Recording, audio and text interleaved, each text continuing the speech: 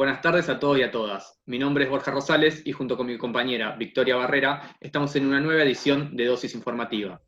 En el día de hoy les traemos un programa especial en relación con los incendios que se están desarrollando en el interior de nuestro país. Así es, Borja, ya son 11 las provincias afectadas en el territorio argentino. Según el informe diario del Servicio Nacional de Manejo del Fuego, las provincias más afectadas son las de Córdoba, con 18 localidades damnificadas, la de Jujuy, que tiene 3 focos activos en 10 localidades, y la de Catamarca, en donde el fuego llegó a 8 localidades. Sí, realmente es terrible la situación que se está viviendo y la sequía no hace más que agravarla.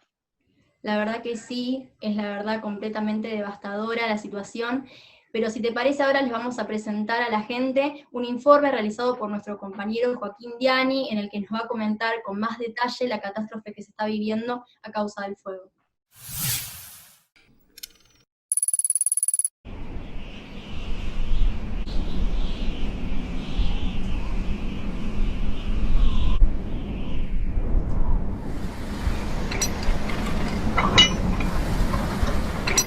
Atención, las siguientes imágenes pueden tener contenido sensible.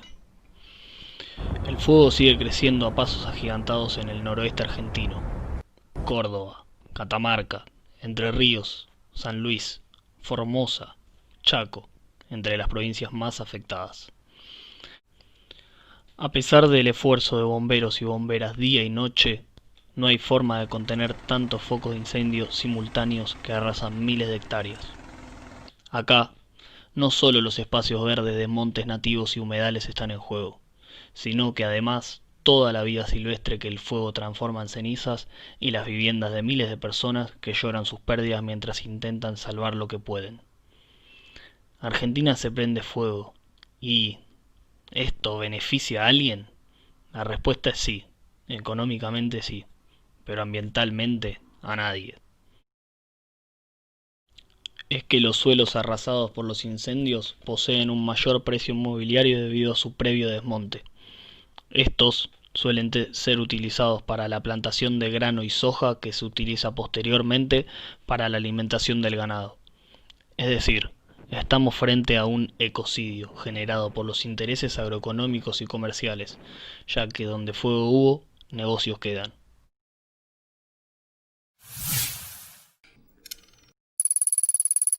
Excelente trabajo de nuestro compañero, aunque seguramente todos elegiríamos no tener que estar hablando de este tema, ¿no, Borja? Sí, realmente son devastadoras las imágenes, es una situación crítica y por otro lado es tenebroso el negocio que puede haber detrás de esto. Claramente. Y también pienso en la situación que están viviendo las familias de las provincias más afectadas por los incendios. Sí, eso debe ser realmente muy grave. Imagino ver cómo el fuego avanza sobre el terreno de uno, debe ser impactante. Y en relación con esto, vamos a ver una entrevista que hicieron nuestros compañeros Pilar Salles y Agustín Barbera a Eugenia Lagerheim. Ella es de la provincia de Chaco y sufrió en carne propia el fuego de los incendios. Contanos de qué parte de Chaco sos y cómo te afectó a vos particularmente el incendio.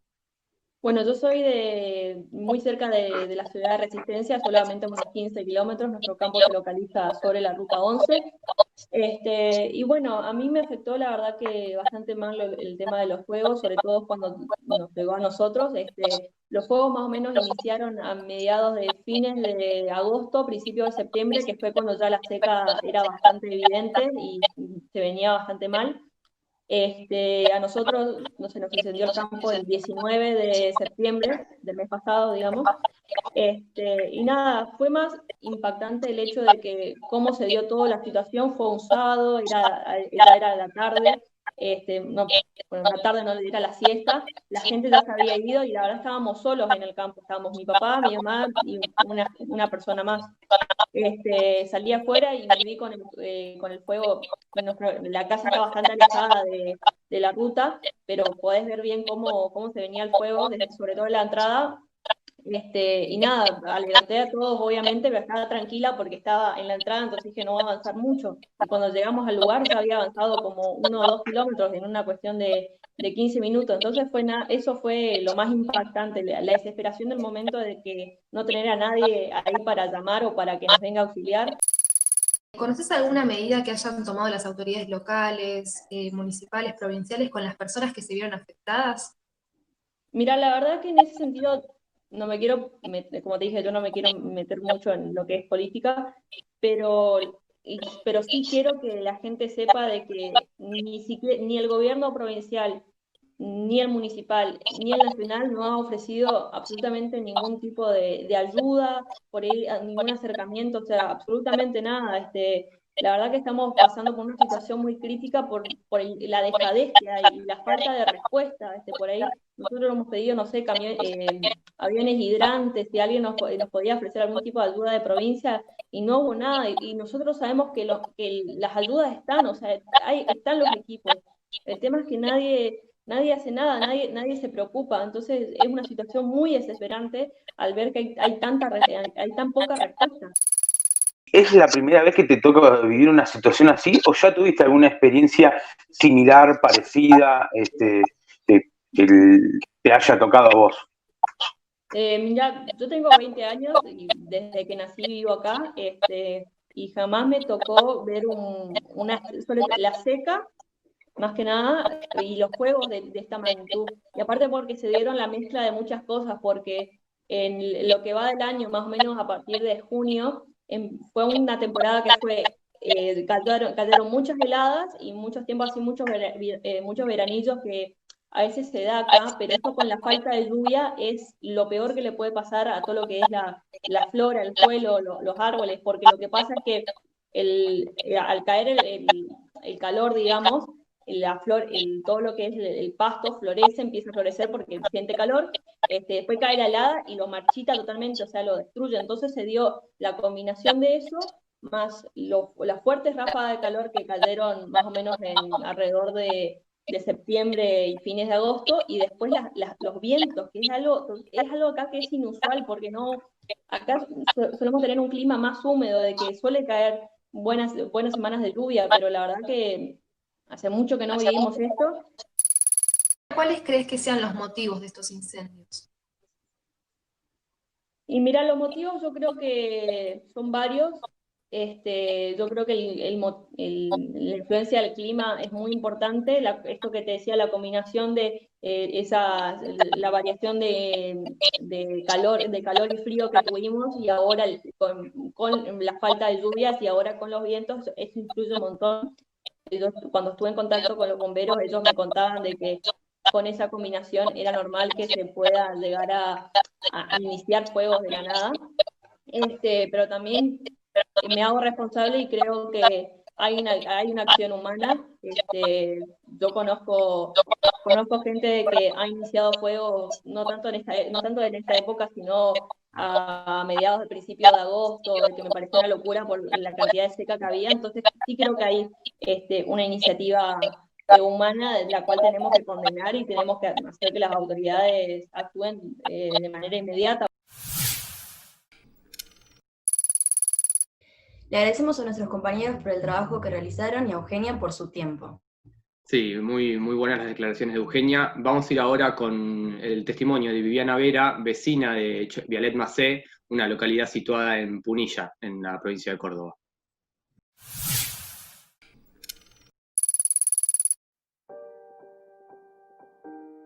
Me llamo Viviana, hace 10 años me vine a vivir a la provincia de Córdoba con mi familia. Acá, bueno, en donde yo vivo es muy cerquita de lo que es uno de los sectores donde más se ha quemado. Obviamente el humo, el tizne, mucha gente que se afecta también, ¿no es cierto?, por problemas respiratorios o de vista. El compromiso de los bomberos y de los veterinarios de toda Punilla ha sido inquebrantable,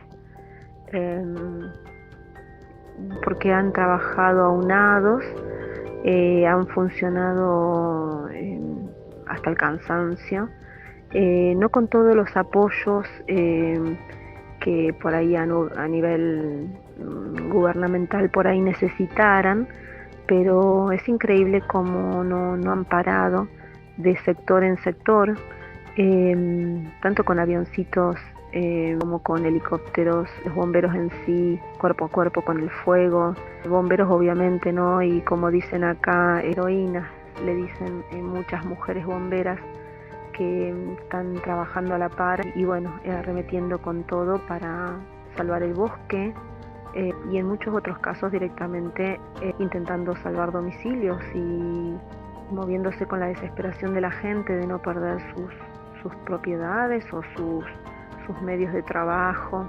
Podría agregarle a la palabra triste, yo creo que se ha vivido con desesperación. Antes escuchaba a nivel de una noticia y me involucraba, pero ya cuando uno está acá y ve que el viento, por sobre todo, fue una de las contrariedades que hubo, ¿no? Y la sequía, y era como sí, ahí sí sentir como la desesperación de que eso iba a seguir abrazando todo el resto de verde que se había aún salvado. Mucha gente pone el foco en las inmobiliarias, consideran que el inicio de las quemas, ¿no?, son adrede, argumentan intencionalidad, ¿no?, a la hora de que estos incendios se produzcan.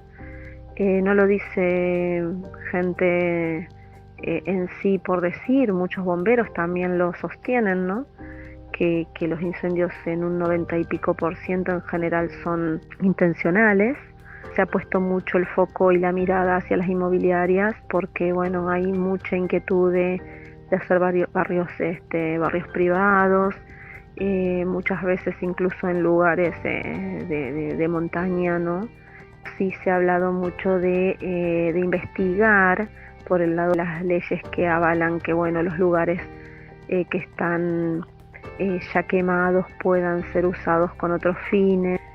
Pero bueno, cada uno desde su lugar yo siento que ha estado atento a esto, porque primero ha pasado por una situación de tristeza y de por decir, desesperación al ver lo que estaba sucediendo.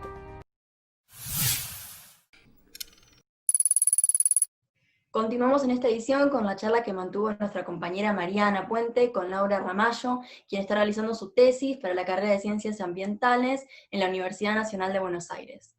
Así es. Laura trabaja en la ONG Un Árbol para mi Vereda, es profesora de Biología de la Escuela Secundaria de Luzán y milita en La Viviera, del Observatorio de Humedades del Delta. ¿Qué consideras que son las causas, cuáles son las causas de estos incendios? Bueno, en general estos incendios lo que tienen detrás, así como la gran mayoría de lo que son los desastres ambientales, intereses económicos, ¿no?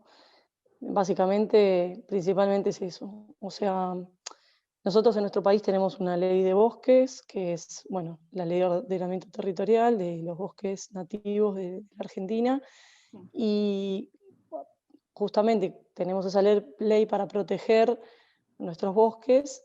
Entonces esa ley te dice que en algunas partes vos no podés hacer algunos tipos de actividades para preservar el monte. Entonces, justamente lo que sucede es que no se cumple con esa ley, básicamente en ninguno de los puntos de la ley se están cumpliendo. Entonces, ¿qué hacen? Es mucho más fácil poder infringir esa ley si el monte no existe que si el monte existe. Entonces, uno de los motivos es, bueno, lo prenden fuego para poder hacer ese tipo de actividades. Las actividades que más se hacen, que necesitan grandes superficies de tierra, son agricultura y ganadería, que obviamente son bajo modelos convencionales que también tienen un impacto ambiental enorme. Eso por un lado. Pero también en algunos lugares se están empezando a hacer también incendios, que esto es algo más de los últimos años, para hacer mega emprendimientos inmobiliarios. Eso también está sucediendo. Por supuesto que se cumplan las leyes es principal responsabilidad del Estado.